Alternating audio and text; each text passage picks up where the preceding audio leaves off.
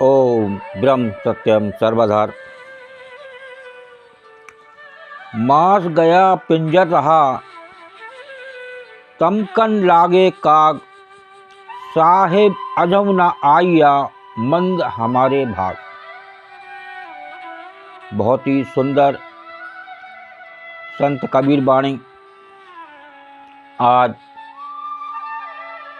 कुछ लोग उस ईश्वर की याद में लगे रह जाते हैं और उन्हीं के लिए ये वाणी संदेश दे रही है कि मास गया पिंजर रहा, तमकन लागे काग।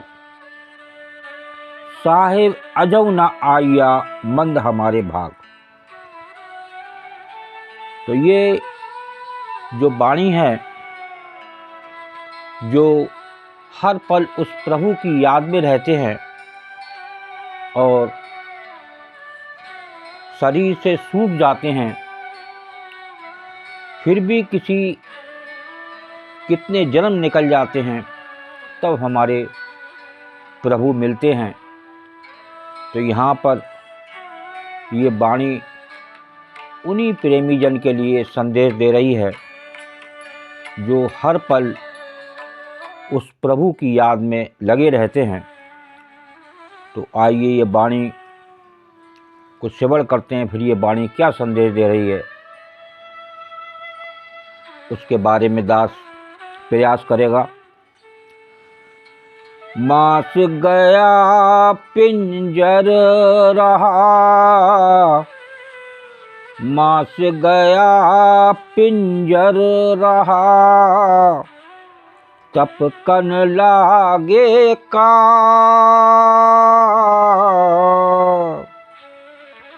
साहिब अजहू न आइया,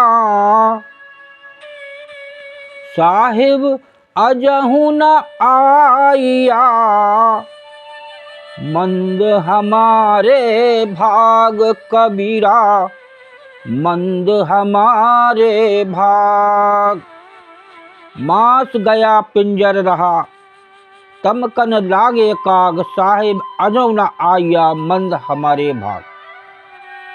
विरह वेदना से शरीर का मांस भी गल गया, केवल मात्र ये अस्थि पंजर हड्डियों का ढांचा ही शेष रह गया।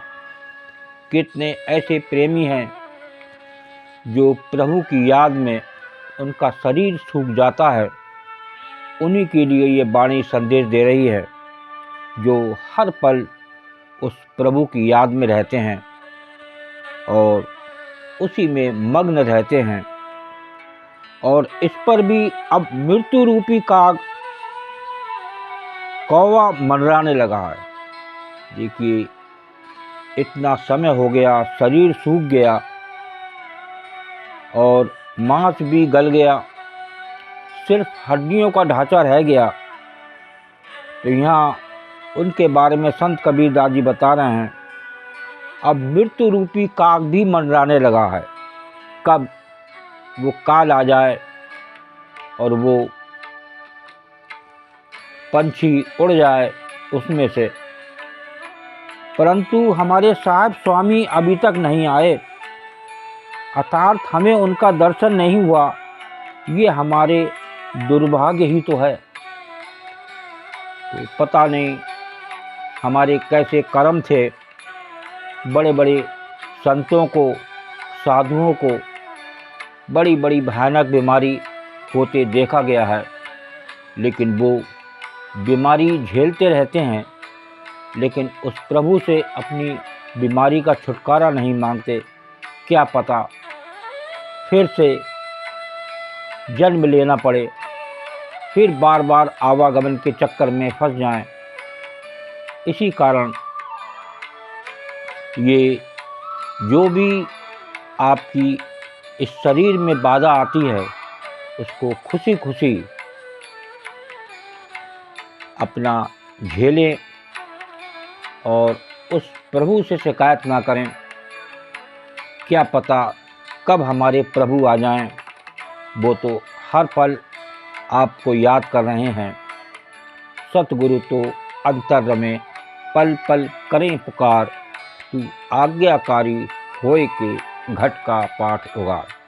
देखिए साफ साफ वाणी बयान कर रही है, लेकिन ये हमें आराम से और लगातार उस सिमरन में, उस प्रभु की याद में लगना चाहिए।